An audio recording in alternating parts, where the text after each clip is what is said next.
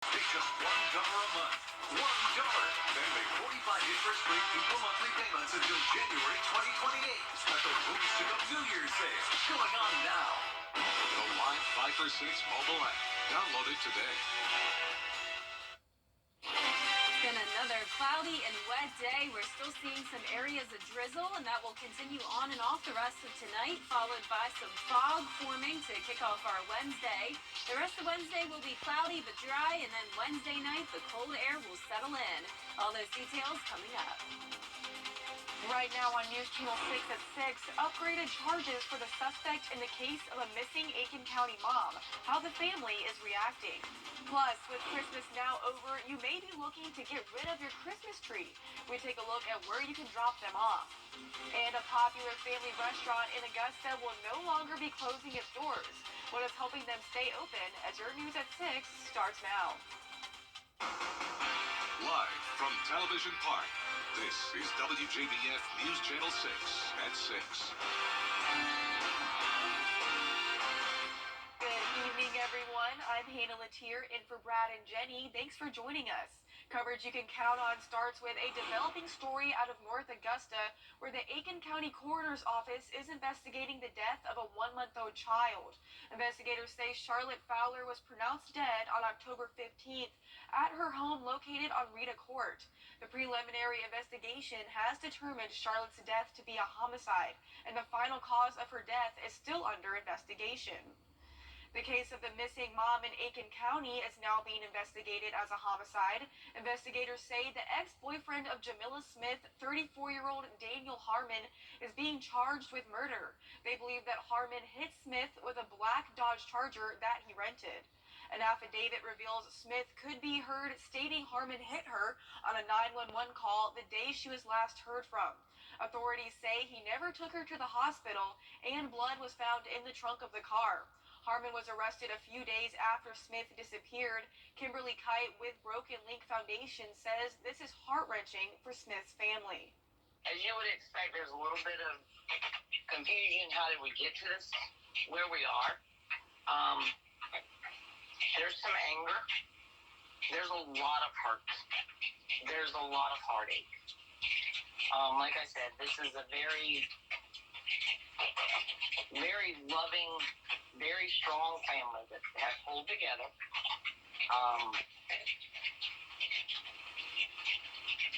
They are adamant about Jamila being found, and they want Jamila home, and that's going to be the fight at this point, is bringing her home. Harmon's bond has been denied, and he remains in the Aiken County Jail, and Smith's body hasn't been found yet. Also in Aiken County, one man is dead and another in jail after a shooting. It happened on Plantation Road around 5:30 p.m. yesterday. The victim, who has been identified as 37-year-old Willie Trotty, suffered multiple gunshot wounds and was pronounced dead on the scene. The suspect, Jean-Pierre Washington, was taken into custody immediately. He is expected to be charged with manslaughter and possession of a weapon during violent crime. And in Richmond County, the coroner's office is investigating the death of a pedestrian. It happened last night on Meadowbrook Drive and Bullock Avenue. Investigators say 43-year-old Sean Quay Hester was hit by a vehicle and died at the scene. The South Carolina Highway Patrol is looking for information about a hit and run. It happened around 10 p.m. on Sunday on Edgefield Road near Amelia Drive. An unknown vehicle was heading south when the driver hit a pedestrian, causing serious injuries, then left the scene. The vehicle may be an SUV with possible damage to the passenger side mirror, and if you have any information, you're asked to call law enforcement. It is time now for a check of our weather with meteorologist Jenna Petracci. Jenna, still plenty of rain today. That's right, Hannah. Not many changes just yet. The clouds are certainly sticking around, and we'll continue to see some drizzle tonight. Luckily, this is all very, very light rain, and you can see on Live Viper 6 how it's showing up as a blue color. Of course, that does not mean it's snowing. It is way too warm for that. Instead, that means this is pretty much all just drizzle. Where we see the green, that means it's a little bit heavier, but definitely no yellows or reds on radar tonight. So here's a look up in Saluda and Edgefield. Edgefield counties. It's been pretty wet up there. That's been some of our wettest spots over the last couple of days. Aiken County definitely getting a good bit of rain as well, but most of this very blue, meaning it's very light. Now also down in Barnwell and Bamberg, even into Allendale counties, that widespread drizzle. The rest of the CSRA starting to dry out. Not a lot of rainfall in our western counties, only up to around a quarter of an inch at most in Sparta and Wrightsville. Augusta around 0.38 inches of rain, around 3/4 in Aiken County, and Saluda has the highest amount of rain so far at 1.32 inches. The Midlands all over an inch, and then into the upstate over 4 inches of rain. That's where there's some flooding going on. Luckily for us, that is well to the north of us. As we take a live look now at our Terry Lambert Hyundai Skyview cam, you can't tell now that the sun has set, but it's very cloudy, pretty much looking like this outside now with temperatures in the 60s, 63 in Augusta, 64 in Evans, a pretty warm December night, 67 in Sylvania. Wrightsville, you're at 64, 63 in Washington. So I'm expecting us to really only dip down into the 50s tonight, definitely well above average. Dew point pretty much matching those temperatures. A muggy Tuesday evening. And as we look at the winds, those are pretty light as well, only up to 8 miles per hour in Aiken along with the drizzle, 7 in Bamberg, light under 5 miles per hour for the rest of us. A cold front is coming through. Behind it, we do still have some clouds that we'll have for Wednesday, but eventually the high pressure will settle in and that'll dry us out. We'll be back to sunshine, and we'll also have colder air, making it feel more like winter time. So clouds sticking around the rest of tonight with the on and off drizzle, temperatures in the low 60s, overcast skies with some fog for your Wednesday morning, and then starting Wednesday night is when that cold air will really start to move in. So all those details coming up, but back to you, Hannah. Thank you, Jenna. We're looking forward to it. A popular family restaurant that has been in Augusta for years has announced they will be staying open after originally sharing that they would be closing. Graham Lee joins us now with more details. Graham? Well, that's right, Hannah. Ruth's Family Restaurant announcing on their Facebook page that they'll be keeping its doors open after originally telling the public the restaurant was closing back in November. The restaurant has been serving the customers for almost 60 years, but the community was shocked to hear it was closing its doors at the end of the year back on November 11th. But just 3 days ago, they let everyone know that they will stay open. Longtime server Diana Davis will take over as a new manager along with her husband, who says this place means everything to them.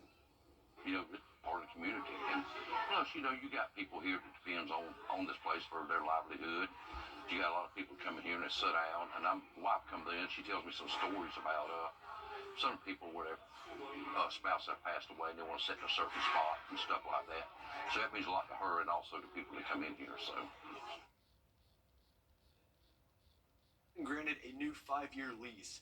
Workers tell me at least until then, they plan on continuing to serve some of the best food in Columbia County. Hannah? All right, Graham, thanks.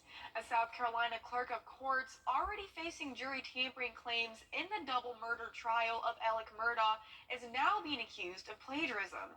The allegations by Rebecca Hill's co-author, Neil Gordon, are that she lifted passages in the beginning of the book Behind the Doors of Justice, The Murdaugh Murders, from a draft of a BBS News article. The book was originally published in July, but officials say further publications have been halted. And when you're ready to throw away your Christmas tree, there's a place you can take it. Now through January 14th, it can be recycled at Lake Thurmond, where it will become a fish habitat. In Georgia, you can drop it off at the Amity Day-Use Boat Ramp area and the Keg Creek Boat Ramp. In South Carolina, head to the Below Dam Day-Use Park, Dorn Boat Ramp, or Parksville Day-Use Boat Ramp area. All decorations and hooks must be removed from the tree. Coming up, now that Christmas has passed, some of you may be looking to return some of your gifts. What you need to know before heading to the stores when you return. Accidents turn your entire life Now. It's the day after Christmas. That means a frenzy of returns, both in stores and online. Derek Dennis tells us what's different this year. All those Christmas gifts that didn't fit, were too ugly, or were just downright wrong are going back. The National Retail Federation says consumers are expected to return $173 billion in holiday gifts this year. Returning items is a hassle. You got to package things up. You got to figure out the shipping label. You got to make time for that chore to bring that item back. And Kristen McGrath with Retail Me Not says there will be more returns than ever. Why? Holiday sales were at record levels this year, nearly $1 trillion spent. And all that buying simply means more returning. In a lot of cases, you can return gifts that were purchased online in store to a retailer's in-store location, so that it can be a lot easier for people rather than having to figure out how to ship a gift back. But check the fine print on your receipts. Several retailers have added restocking fees or return shipping fees. Macy's charging $9.99, JCPenney $8, TJ Maxx $11.99. And watch for return deadlines. Target allowing 90 days for most items. Best Buy returned by January 13th. Macy's, Walmart, and Amazon, it's January 31st, except for Apple products, which have a 14-day return window.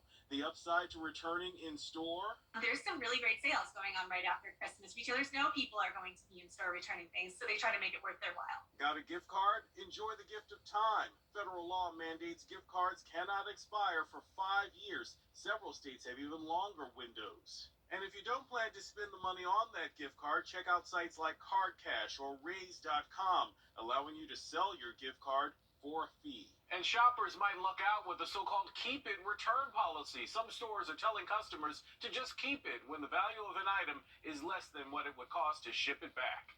Derek Dennis, ABC News. And coming up, Jenna will have a look at our full forecast. Jenna, we'll be talking about some changes to this rain and clouds and warmer temps, right? Yep, that's right. It's been definitely abnormally warm lately for the end of December, but that's all about to change. Here's a look at the temperature outlook for the first few days of January. It will be much cooler. All those details when we return. Hey, CSR.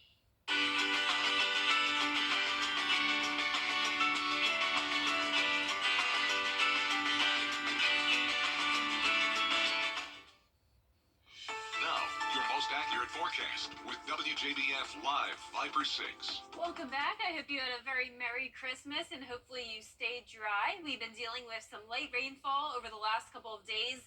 Most of this, not even light rain, mostly drizzle, which means even lighter than light rain, you could say. Here's a look at Live Viper 6 now. As we look in Saluda County, that's one of our hot spots for the rain. It's been pretty much covered with the drizzle and light rain up there. Also in Aiken County, seeing a lot of this blue, which of course represents the drizzle, not snow. It is way too warm for that. And as we look further towards the southeast, Barnwell, Bamberg, and Allendale dealing with some of that as well. So we've had some very warm December days. 70 degrees was our high on Saturday, 69 on Christmas Eve. Huge difference from last year. If you remember, we were in the teens on Christmas morning. Completely different situation. Now it's warmer, it's rainy, and you can see the roads are very wet outside on our Terry Lambert Hyundai Skyview Cam over Washington Road. It's also very cloudy with temperatures staying in the 60s. It's really not going to cool down too much tonight. Those clouds are very low and acting as a blanket to keep us really only down into the upper 50s tonight. Around the CSRA, we're seeing all low to mid 60s, 63 in Sparta, 63 as well in Lincolnton, Aiken, and Barnwell at 64 degrees, 67 in Sylvania, and 66 in Millen.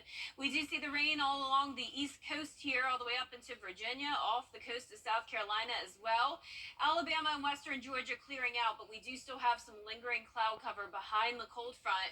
But once the cold front gets well past us, we'll finally see this high pressure settle in, which will, for one, dry us out and also bring in the colder air. But for the rest of the tonight, those temperatures staying pretty warm and muggy in the low 60s. Happy Kwanzaa if you celebrate. It began today.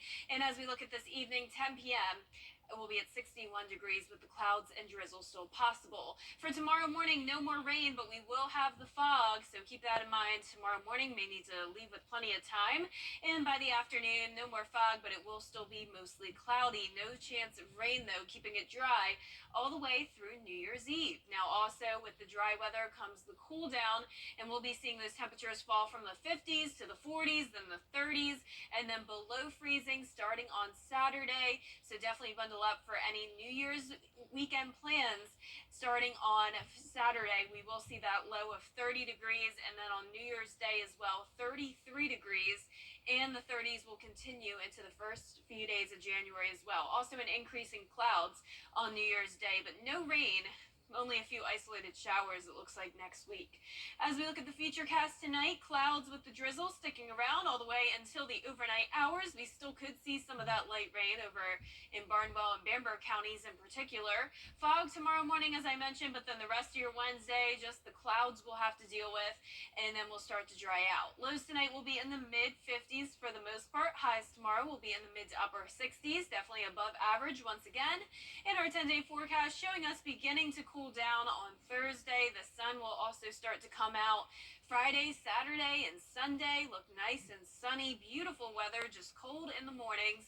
And then for the first few days of January, we'll continue to see the highs in the 50s and our lows in the 30s. Congratulations to today's umbrella winner. That's Michaela Watkins from Evans, Georgia. You have won a Viper 6 umbrella that you can pick up here at the station. And if you haven't won yet, go ahead on WJBF.com to sign up to win. Well, congratulations, Michaela. You're definitely going to need that umbrella tonight. Yes. So it's a good timing. thing she won it. Absolutely. Well, coming up, we'll recap Week 16 in the NFL, and the Hawks may be missing a key player for tonight's game against the Bulls. Kira Goldstein has sports next. Hurry in, America. Channel 6 mobile app. Now, WJBF sports coverage you can count on. Happy holidays, everyone, and welcome back. A lot happened while we were gone, particularly in the NFL. So let's jump into a recap of Week 16. Starting with the Falcons, they hosted the Colts, and the big storyline was a swap at quarterback with Taylor Heineke getting the start over Desmond Ridder. First quarter, 1st and 10 for Atlanta. Bijan Robinson takes it up the left for 32 yards, and the Falcons keep marching. Next play, Taylor Heineke looking for a man. He has Kyle Pitts downfield. Touchdown. Falcons tie the game at 7. Then in the third, Falcons leading 13-7, 1st and 10. Tyler Algier takes the toss right down the sideline, and he is gone. Touchdown Falcons. That makes it 20-7. But offense really wasn't the only thing working for Atlanta. 8 minutes to play. Falcons lead by 16. Colts with the ball on 3rd and 10. Gardner Minshew launches it, and it's intercepted by Jesse Bates. That's his 6th interception of the season, and the Falcons, remember the Titans, they would go on to get the win 29-10, and quarterback Taylor Heineke noted how pleased he was with the win and how polished his team looked throughout the game. Pretty clean game. That's what we're trying to do. Obviously, the story of the season so far has been, turnovers and self-inflicted wounds, and that was kind of our message this week. Hey, let's not beat ourselves. Let's make them go beat us. So I thought we played a really clean game. Try to get the ball in my hands quick, let those playmakers do their thing. Obviously, you want to kind of punch it in a little bit more when you get down there, but a win's a win, so we're happy with it. Moving ahead to the Carolina Panthers as they hosted the Packers and look for their 3rd win of the season. Under 11 minutes left in the second quarter. Panthers trailing 13-3 on 1st and 10 on the reverse. Amir Smith-Marset with room out to the right. He gets in for the touchdown, and the Panthers cut the deficit to 3. Under 8 minutes to go in the game. Panthers trailing 36-16 on 1st and 10. Young finds DJ Chark Jr. over the middle for the touchdown. Now the Panthers missed the PAT, but they trail 30-22. Carolina fans, they're loving it. Later on, with just over 4 minutes left in the game, Panthers 1st and goal at the 10. Young rolls right on the run. He hits DJ Chark again in the end zone for the touchdown. Incredible. Chark getting both feet in bounds. They'll go for 2 and convert. So this game is tied at 30. But with 22 seconds left, the Packers attempt a 32-yard field goal. The kick is good, and that would do it as Green Bay narrowly escapes with the win 33-30. But overall, a great game by Carolina. Over in the NBA, we talked last week about Trae Young looking to make history with his 6th straight game with 30 points and 10 assists. Well, we may see that streak come to an end due to injury. Young has been dealing with a shoulder sprain and has been listed as questionable for tonight's game against the Bulls. We'll have to see come game time if he takes the floor, and if so, will he have yet another 30-10 game? Either way, the Hawks face the Chicago Bulls tonight at the United Center in Chicago. Tip-off is at 8 p.m., and I'll have updates for you tonight right here on News Channel 6 at 11. It's bound to be a really good game, and we're looking forward to seeing if Trae Young is playing tonight. We are looking forward to it. Thank you so much, Kira, and we will be right back. We're putting our foot down to keep our... F.com. Were you or someone in your family injured in an accident involving a big truck? Chances are, while you were at the hospital, the insurance company was already on the scene with lawyers and crash experts trying to build a case against you. You need a skilled legal team on your side, and you need it immediately. I'm Austin Jackson. My law firm has experience, resources, and experts of our own to get you the results you deserve. Injured? Call Austin Jackson, the Augusta guy. 706-724-7224. Toyota's arm is on. That completely. We're putting our foot down to keep our It took hours, maybe even Free design services. Lazy Boy. Long live the lazy. It took hours, maybe even days to deck the halls for Christmas, but when is the right time to take it all down? Some people say they take theirs down the first week of January. Others say 2 or 3 weeks after New Year's or even April. Experts say they're all correct whether you take off the trimmings on December 26th or leave them up well into the new year. Generally, the Western tradition is to leave festive fixtures up to 12 days following Christmas, which is January 6th. I don't know. I'm going to leave it up for a while. Yeah, I feel like I always leave it up till at least after the new year. Oh, yeah. Yeah, it's so much work to put it up. Exactly. And I it's want to depressing know. when you take it down. Yeah, I know. And I want to know who these experts are that tell us like when it's That's a good question. Yeah. Well, for our forecast this week, it's still going to be cloudy on Wednesday, along with some morning fog, staying warm, then cooling down on Thursday, sunny and cold New Year's Eve weekend. Well, that's our report for now. News Channel 6 continues at 7 o'clock right after World News Tonight. We'll see you again for News Channel 6 at 11. Have a nice evening.